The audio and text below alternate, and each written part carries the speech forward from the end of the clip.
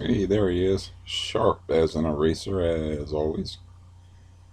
Uh, as you can see, the latest blind fell out the window from Stampy, so she's done that twice now, where the blind rattled out of the window.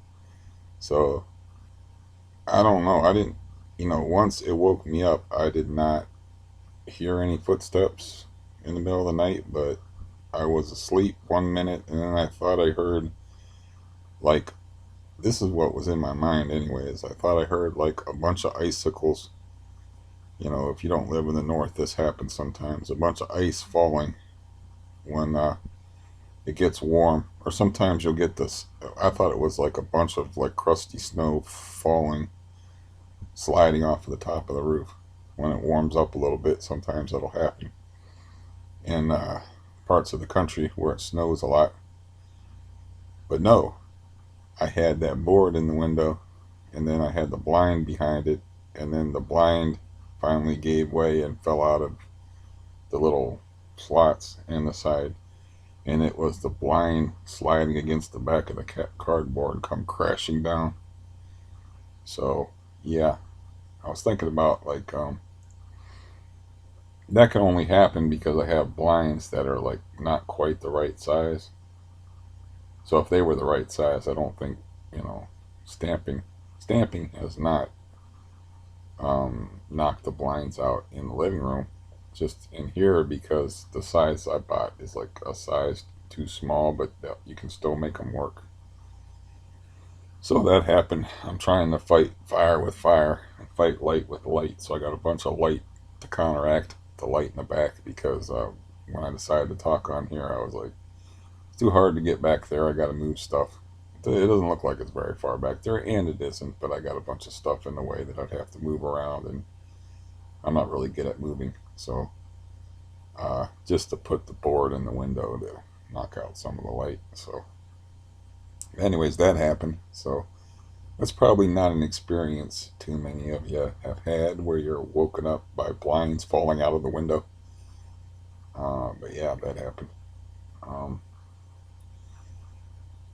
so, my benzo intake thing is I was thinking about it, and I don't know if you remember this, but I was taking 15 milligrams a day. I dropped it to 12.5 milligrams a day, and then within 3 weeks, I dropped it to 10 milligrams a day, and then I got real fucked up. So that has made me kind of. After that, I was like, you know what, fuck it, I'm not messing with this whole taper thing until I'm out of here. And then I didn't get out of here, so um, I started doing this thing where I just wasn't paying attention to what I'm doing, and that seems to have worked much better as far as reducing my benzo intake, and it doesn't seem to make any sense. It's like you think if you didn't pay attention to what you were doing, you would take more. Like say you're at a bar and you're drinking and you're not paying attention to how many you're throwing back, but it hasn't worked like that for me at all. So I'm down basically to most days 5 milligrams, where I struggled at 12 point, or I struggled at 10 milligrams. I'm down to 5 milligrams a day, uh, or 7.5 milligrams a day. I had one day in there where I took 10 milligrams a day, but that's one very isolated day. I don't know how many pills I'm going to end up with left over this month. Uh, but that's the thing is I'm not keeping track, and that seems to work better than actually keeping track. Which with most substances, like when I was smoking cigars, I would get high and smoke cigars, and I'd wake up and there'd be four cigar butts in the ashtray. I mean, I don't. I'd be like, I don't remember smoking four cigars. Yeah, why does my voice sound like this? Or you can't do a husky. Can't automatically make yourself sound like Clint Eastwood in Heartbreak Ridge because that's how he got that voice. He said was he stayed up all night smoking cigars. He can't. I don't know. That's the best I got. I can make my voice a little deeper, but to make it husky at the same time is rough. But anyways, Usually, when you don't pay attention to something that you are physically dependent on or addicted to, it gets out of hand. But I'm not really addicted to benzos. I'm just physically dependent on them. So not paying attention to what I'm doing has actually been beneficial, which is just weird since I tried really hard. It just goes to show you, like, if something doesn't work, try other things. It's a hard lesson to learn. It's like, well, this is the way you're supposed to do it. It's like, no, just because it's the way things are supposed to be done doesn't mean it's going to work for you. You are an individual. So I'm actually kind of pleased about that. I can feel the difference in myself as far as like my head being foggier, and I haven't made any business phone calls or made any appointments or anything like that all week, which is not good, but I'm still like can't get off my ass and do that. So I haven't pursued finding a primary caregiver or even just making, I guess, rescheduling my appointment with my cardiologist. I haven't done that either. So yeah, I got the good old depression going on. I had to put a pillow slip on this. Like, what are you doing appearing on camera like that? It's terrible. It's making me look bad. Shame on you, Mr. Pillow. But we won't go into the whole Mr. Pillow thing. Or no, it's my pillow. That's been in the news lately. Uh, my best friend called me from Florida like, I don't know, half hour to an hour ago. And then I got to knock on the door and I didn't know what it was. And I was like, oh, that's my food. It's food day. I forgot it was food day. So yeah, my brain's, it's like I said, it's weird. The less benzos you take, the more on drugs you feel, the more off you feel, you know. I noticed that my brain was working really slow on the phone with him. And he's in a very good mood because you're always in a good mood when you get over being sick. And he had COVID from the 1st to like the 14th. And he's in Florida now. It's 75 degrees. He's down there. I think he was in the Miami airport. He didn't specify. He said down there by Miami. He didn't specify where, but it's pretty cool in Florida right now. So he said it was about 75 degrees and it was paradise, to quote him. And he was talking about some of the fishing he was doing and stuff. And I'm like, well, it isn't exactly delightful up here, but it's not frightful. It's like the lows are around in the high 20s and the highs are up around 40. So for January, that's tits for up here. Uh, I can prop open the window and just leave it open, and doesn't get too cold in this room. It's plenty cold out there. I found that out when I was trying to spread my butter, because butter makes a good thermometer if you leave it out. So I'm like, why can't I spread this butter? Oh, the window's been open for like 6 hours. It's cold in here. I don't realize it because I'm not really. Yeah, my nervous system doesn't put me in tune with this world very well. So sometimes it'll be like really hot and I won't know it, or really cold and I won't know it. I had a weird thing happen once where I was walking in the wintertime and it was freaking me out. I was aware that it was weird, but I mean, it was really cold out. And I took my gloves off and I had like veins popped on my hands and stuff like it was summertime, and it just stayed like that. And then I was making snowballs and I was like holding snow in my hand and melting it and shit. I'm like, what the fuck? My hands are just like, they're like, fuck it, it's summertime. It's like, as far as my hands were concerned, it was June. It wasn't January. I'm like, this is fucking weird. That only happened one time. Usually I have very cold hands. Like right now, my hands are colder than when I was outside handling snow in January that one time. It's like, this is weird. So I'm kind of used to uh, madness like that. And yesterday I did a little bit of housework, and man, my leg hurt so bad. I was like, fuck it.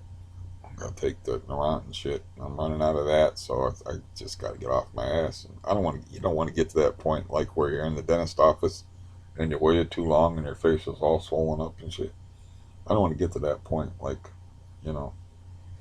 So I got the weekend to get my head straight and Like, look, you have to do this stuff. You can keep with the taper thing, but you're gonna have to do this stuff. You have to deal with it. I know you don't have any. This is the pep talk I'll be giving myself. I know you don't have any hope as far as doctors. I know doctors have fucked you up badly in the past, but you don't have any. They're the only game in town. You know, it's like you can't even buy. I don't think you can buy Neurontin or gabapentin on the street. I know you can't sell it because I asked about that. I had ridiculous surpluses of it, which is ironic now. But when I started taking the stuff, I think I showed the bottle on camera before, but I had a bottle of like 400 of them where I was just dumping prescriptions because I wasn't taking it. And then I gave away a full prescription to that one vet guy that I know through somebody that got blown up by an IED because he asked me to. And then after I gave him the full bottle, he asked me again. I'm like, I'm taking the things now. I gave him about 20. I said, this is about all I could spare. Gave him about 20. But the guy's, he's got a drug problem, so I won't be giving him, any more substances of any kind because I helped him fall off the wagon. He had like muscle spasms in his neck where he couldn't sleep. So, what you do is you give somebody a muscle relaxant. That's what Valium is. I had a shitload of Valium. So I gave him like 30 Valium. And within a couple weeks, he's popping heroin. So, yeah. I didn't know that, or I wouldn't have gave him the drugs in the first place. I didn't know that he was a heroin dude because he got blown up by the IED and then got hooked on opiates and then, you know, started doing heroin. So it's a natural progression of sorts. And yeah, if you start, I didn't give him enough, you know. I told him, I think I told, see, I've never, I don't really know the guy, but I know him through somebody. And I told the person, I told him, don't, tell the guy, don't, you know, take these every day. You can't take them every day. But, if he's not sleeping, and the way she described it was like he's just laying there twitching, and suffering real bad from like insomnia and stuff. But they made the mistake of giving him the whole bottle and they abused him. So they might have like had some withdrawal symptoms and that caused him to go out and score. Or it might have been like, hey, I remember what this felt like. I like this. I'm gonna go get some more of this. But I did give the person some more volume later on for the dude, but uh, she, they were like, I don't know why I'm fucking around with the pronoun here, but they were, were like, I'm just gonna tell the guy that he gave me a couple, and then if because dude's fucked up physically, uh, so he's a great big guy to make it worse because as I found out, being a great big fat guy myself, is that the more weight you have on you, the harder it is on your joints and on moving. I don't have back problems, believe it or not. Uh, Considering I have a metal rod in my back and a fused spine and all that other good shit, I really don't have back pain. So got pain everywhere else but my back. But anyways, they say that there's an evolutionary advantage to being small. I believe it. Uh, yeah. And also, like those big 7 foot tall guys, they don't live very long because it's a strain on your circulatory system. Makes your heart work harder. To That's why like the gigantism people don't live very long, and they have a cure for that now. I probably talked about that before, but they didn't have a cure for Andre the Giant's gigantism, and so he suffered like terribly. And then the guy that they called the Big Show was, or just the Giant for a while. His name's Paul White. Um, they cured him, of it, so they were able to stop his growth. But by the time they stopped his growth, he's 7'2" or something like that. He's well over 7 foot tall. But in wrestling, of course, they exaggerate. Well, they do that in basketball too. They exaggerate heights in basketball, regular NBA basketball. Yeah. They always used to call Hakeem Olajuwon a 7 footer, and he was 6'10" at the most. Just because 7 footer, that just it sells better. So they would say that Andre the Giant weighed 500 pounds and was 7'4" or 7'5", and it's like not really. It just sounded better. Uh, so, anyways, yeah, they have a cure for gigantism. These, I don't know what it is, but they have a cure for it. Uh, but the overall point being, uh, don't give your pencils away to junkies. I mean, I don't know who you're giving. Don't give your pain medication away because you might need it in the future. I'm just a generous person.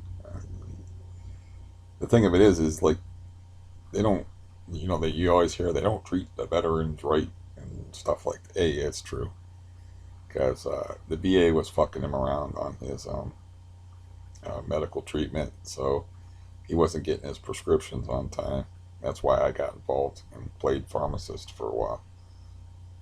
Is yeah, that's what was going on with that. It's like he was unable to get um, any of his pain medication. So I was like, here, I'm not taking this gabapentin and stuff. So here's 90 of them. Here's a full prescription. Um, I had to take 3 of them yesterday because my leg hurt. And yeah, I'm definitely feeling the effects of the reduced dosage thing. But you'll have that. And it like I said, it's you feel it more like you're on drugs when you're on less drugs. It's very weird. And then like I would feel normal the more drugs I was on. It's just very strange. But benzos, it's like kind of like a personal experience, even among benzo people. It's different for everybody. Like I talked to one guy that was so bad off that he couldn't stand sunlight and stuff like that. And people don't believe things like that. Like he was saying that he would have his wife drive him around, and he would lay in the back seat of his car and cover himself up with a blanket, and that he couldn't drive anymore and stuff like that. And it's like people hear stuff like that, they don't want to believe it. Like I would tell people that the wind hurts me, and they would be like, "It just sounds crazy." The wind hurts you. I was like, "What?"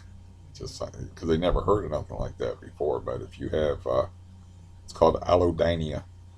But if you have hypersensitive skin, it's like I did an experiment once where I was like, listen, uh, I had help with it. I was like, pull a hair out of your head to somebody. They're like, what? I'm like, okay, I'll pull one out of mine. I'm like, well, here. Gave him a hair. I had hair, long hair at the time.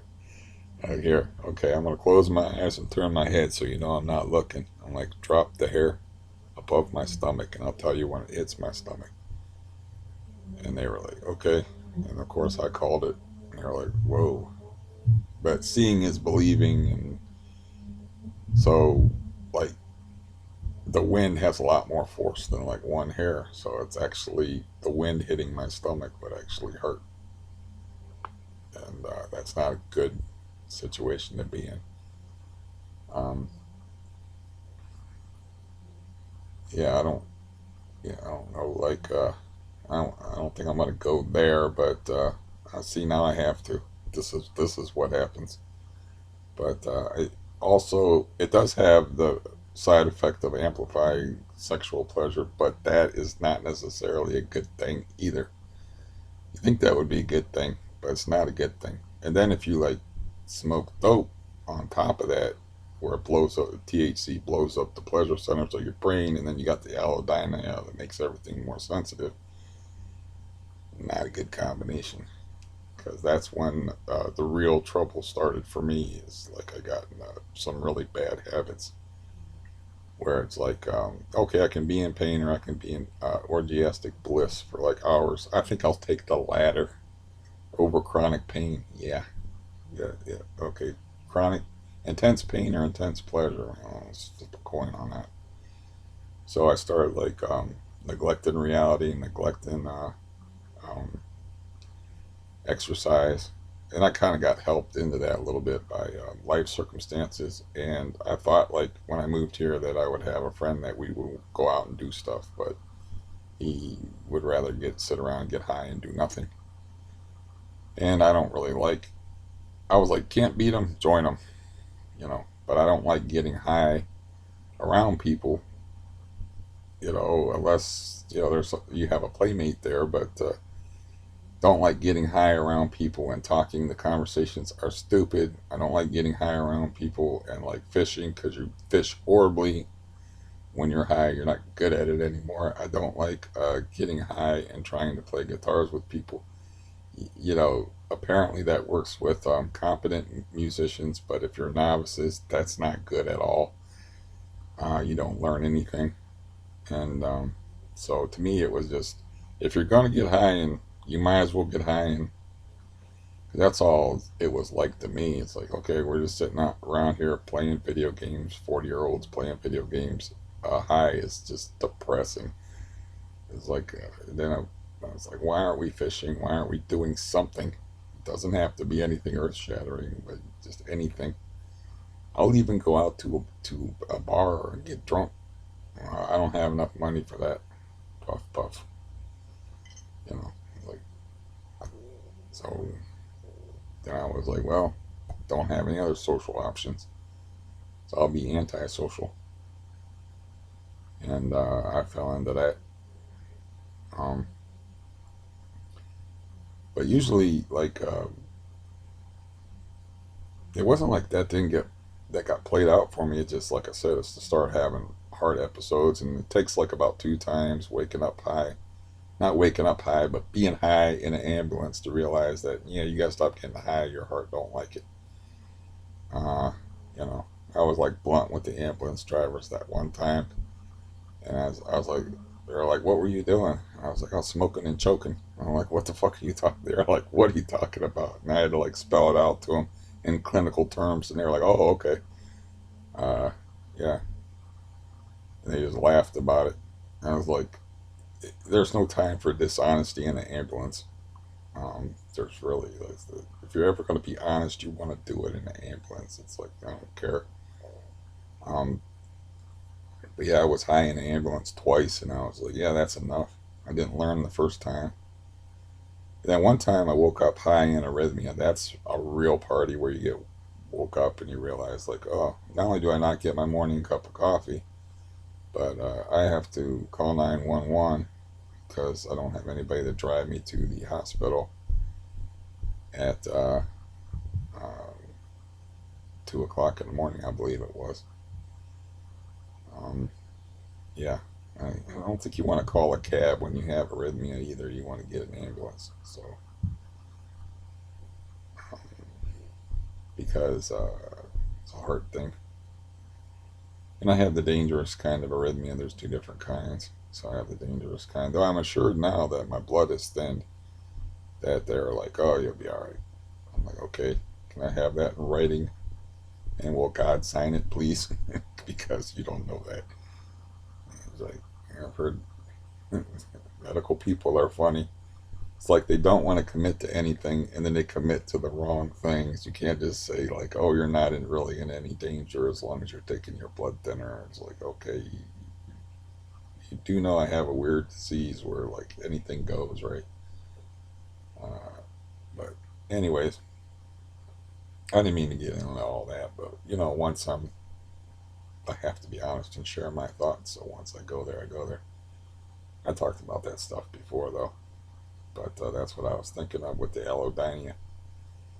I think that's how you pronounce it. I can see the word in my head, Allodynia,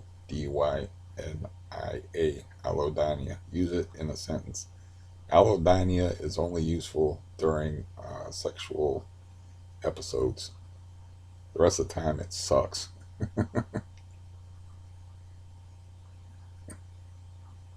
There was a comma in there. No, it'd have to be a semicolon between the two sentences. Yeah, I'm not gonna do that. But anyways, um, so now, so I am keeping my word that I'm making more frequent videos, even though I really didn't have any urge to do this, and I, you know, obviously have no ambition since I didn't bother like blocking all the light that's coming in here and making this my videos are always poor quality, at least visually. But yeah, it's making it worse. But you can thank Stampy for that anyway. And the floorboard rattling thing, I don't know what's next. It's like it starts out with the stomping, and then now that she's got the floorboards shaking loose, I don't know if her foot's going to go through the floor one day, or I'll just see a foot hanging out of the ceiling one day, or what the deal is going to be. But it's sort of like water on a rock, erosion. There's an erosion happening to my ceiling and her floor from the constant pressure of that brontosaurus. Damn it! I had something cool to say too. That brontosaurus waltz that she does every day. 1, 2, 3, 1, 2, 3, 1, 2, 3. I think a waltz is 3, 4 times. Now I got the Blue the Noob playing in my head. Yeah, I'm goofy as fuck from lack of benzos. I'm out talking about any damn thing. Um, so, anyways, that's my segue, by the way. So, anyways, that's all I got. I do that in print too when I want to skip from topic to topic. Um, I'd do that sometime on camera. If I had a pencil or something, I'd do it right now. But the angle is weird. I think I did it before when I smacked my hand on my chest. But I used to do this thing when I was younger from The Exorcist where it says help on her belly backwards because I have the allodynia thing. And it's uh, sister um, malady, we'll call it, but it's not really a malady. Dermographia, where you can make, I can do, dermographia means skin writing. So I can write help backwards on my chest. So I used to do that as like a party trick, or yeah, there'd be people around. I'd be like, "Watch this," you know, and people would be like, especially if they were high, which usually at the parties I was at, people were fucked up. So I just pull up my shirt and write "help" backwards, and I just turn around and not tell them what I did, or sometimes I'd say, "Watch this," and they'd be like, "What the fuck is this guy doing?" Or I just turn around and have help written backwards. Man, you want to fuck with somebody that's stoned, that's seen The Exorcist, man, that's a good way to do it. Uh, yeah, I do that sometime. I had a video of me doing that on another account, but I pulled it down. I pulled everything off of that account for some reason. I forget why. But I had like dermographia demonstrations. I did the handprint thing, and then I wrote a couple of things on me with pencil of an the pencil of an eraser, the eraser of a pencil, because it's not a trick if you're like using a scalpel to write something on you. The point is, I could do it with the end of my finger even. The point is, it's weird. It's out of the norm. Though there's no,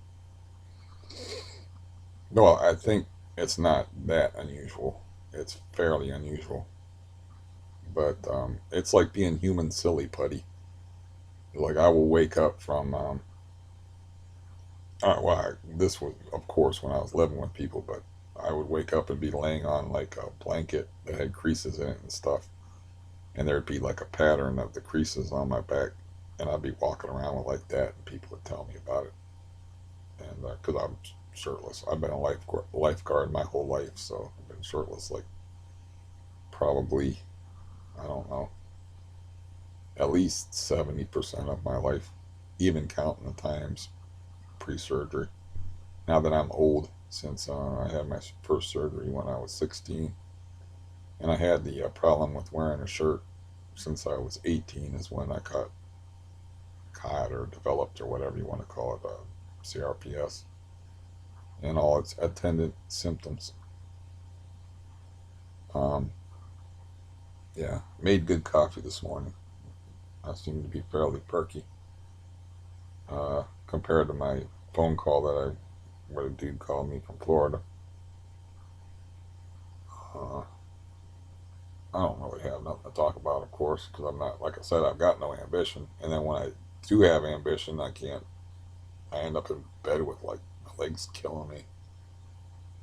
I had to get like the garbage ready and do a little bit of housework, and I forget what else I did, but I didn't even do much. My legs were killing me.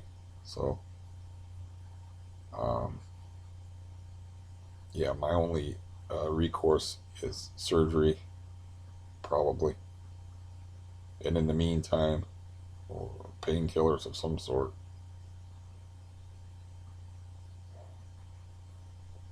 I'm scared to death of surgery, but really I don't want to live, period. But I'm scared of surgery because the CRPS thing is going to make recovery difficult. And I'm realizing, like, well, it should have made me hopeful, but I watched a documentary speaking of wrestlers like the giant Andre and the giant Paul White.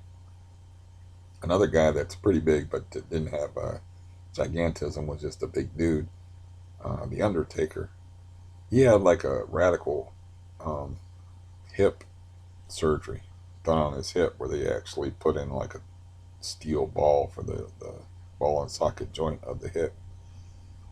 And he had to learn how to walk all over again.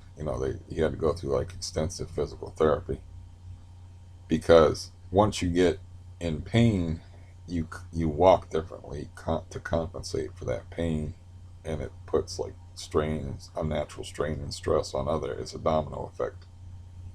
Puts unnatural strain and stress on other joints in your body. Because he had a bad hip, he was compensating for his bad hip and walking in a fucked up way, and then he had to relearn how to walk again, which should have made me hopeful. But I don't have the Undertaker's salary or insurance or whatever the hell he got.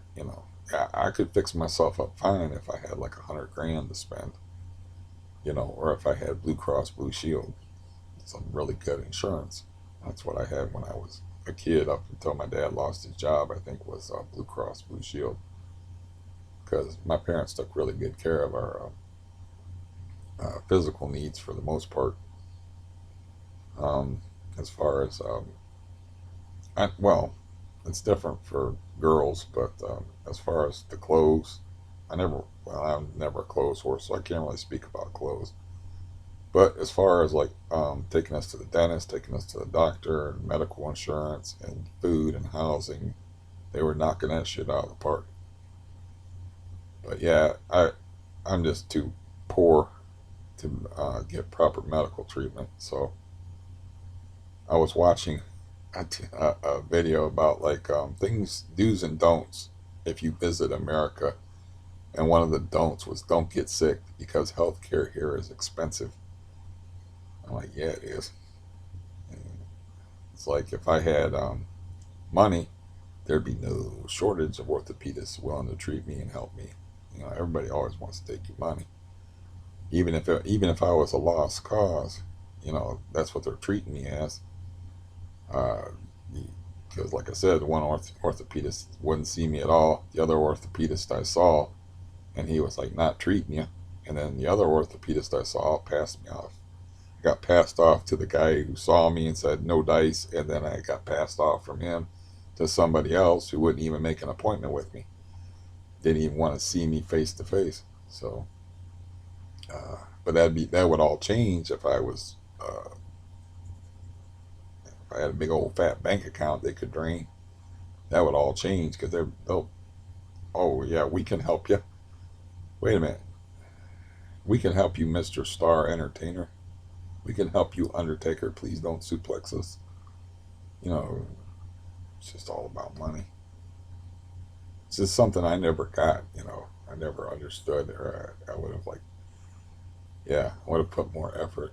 I probably never would have chased money, but that never even occurred to me when I was young. It's like I was so used to being poor. It's like I never cared.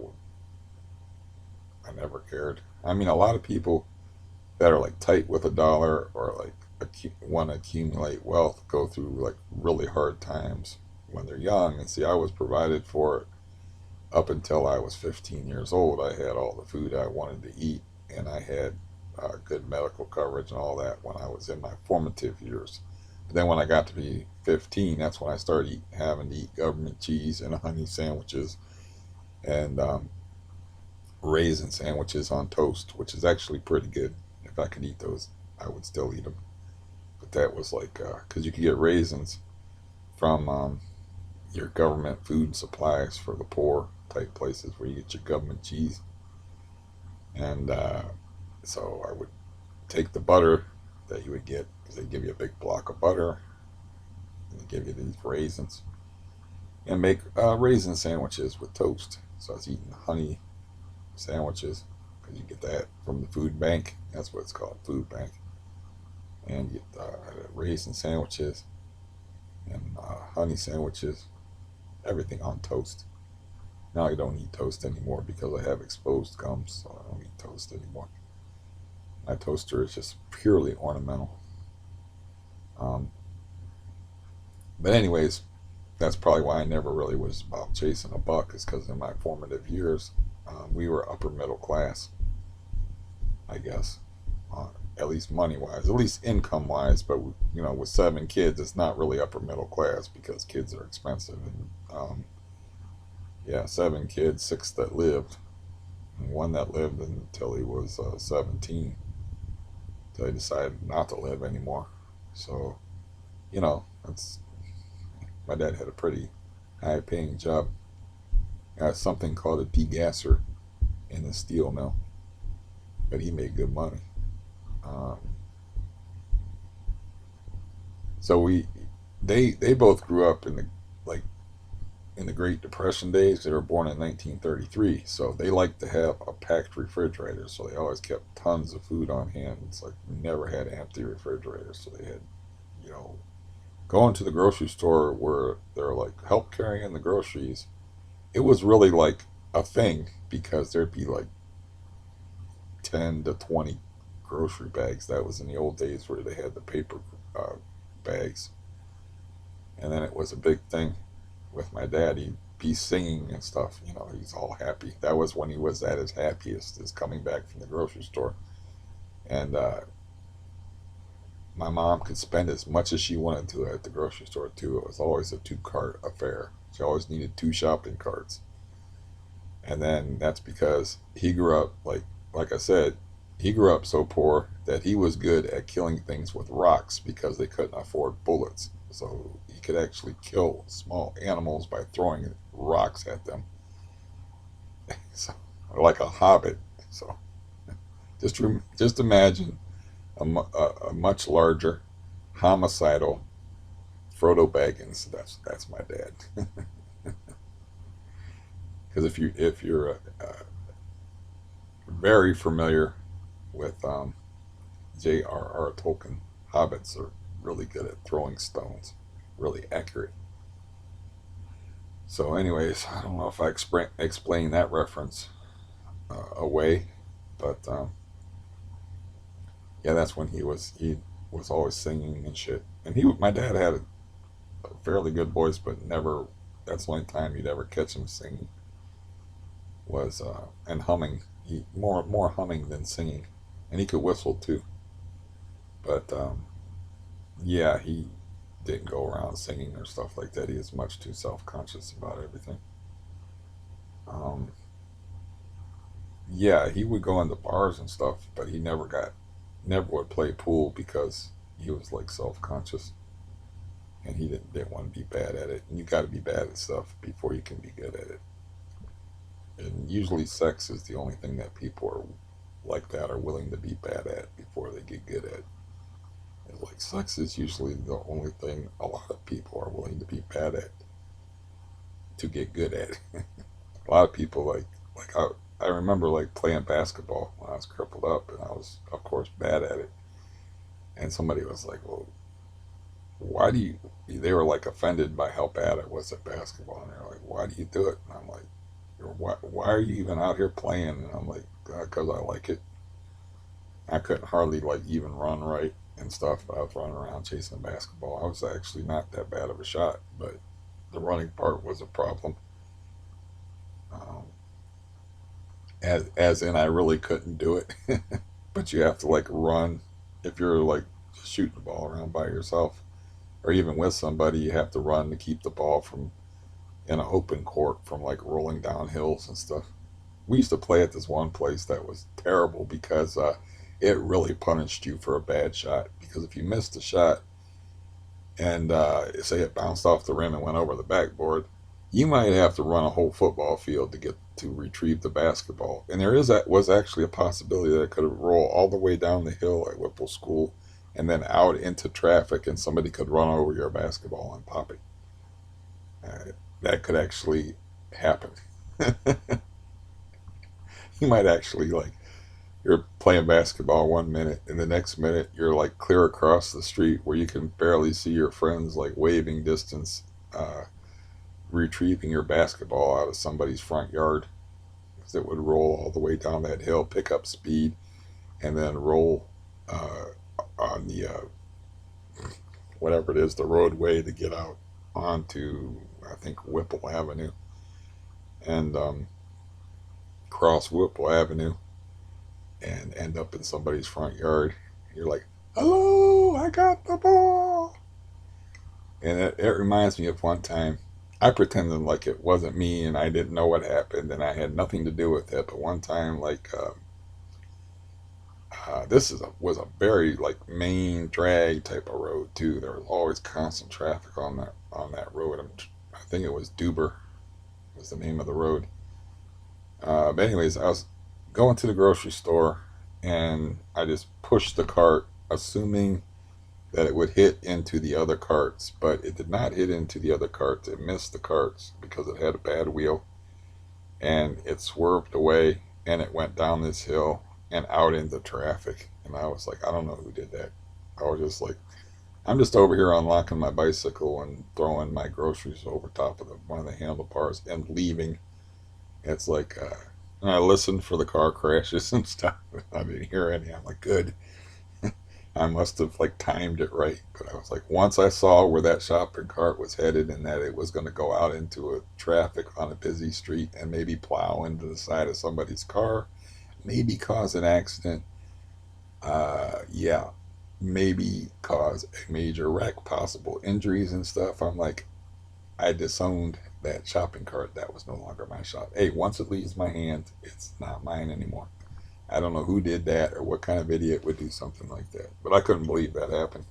It wasn't like I was doing it irresponsibly from a far way away either, where you just push the shopping cart and, like in the, oh, in the, you all had that experience before, I'm sure, where you just like push the shopping cart toward like the Boxton area where it's like place shopping carts here.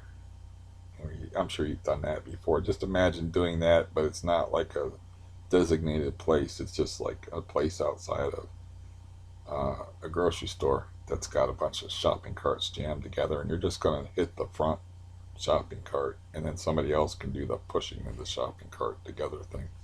But leave that to the bag boy to do.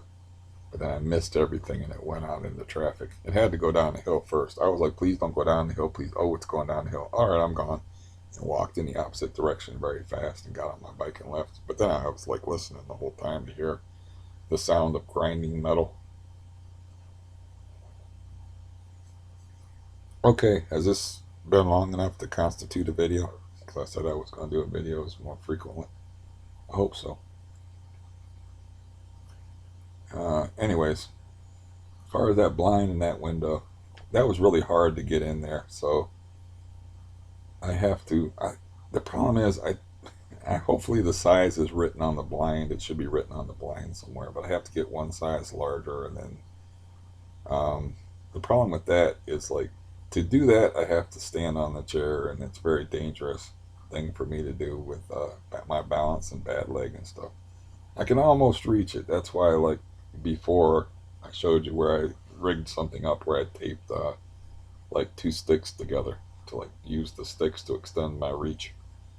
It's like if I could stand on my toes, I can almost I'm pretty tall and I got pretty good reach. I can almost reach that because it's maybe like the top of that window is maybe like 9 feet off the ground, maybe 8 feet. But I'm 6'1", and it's got to be like 2 feet over top of my head probably.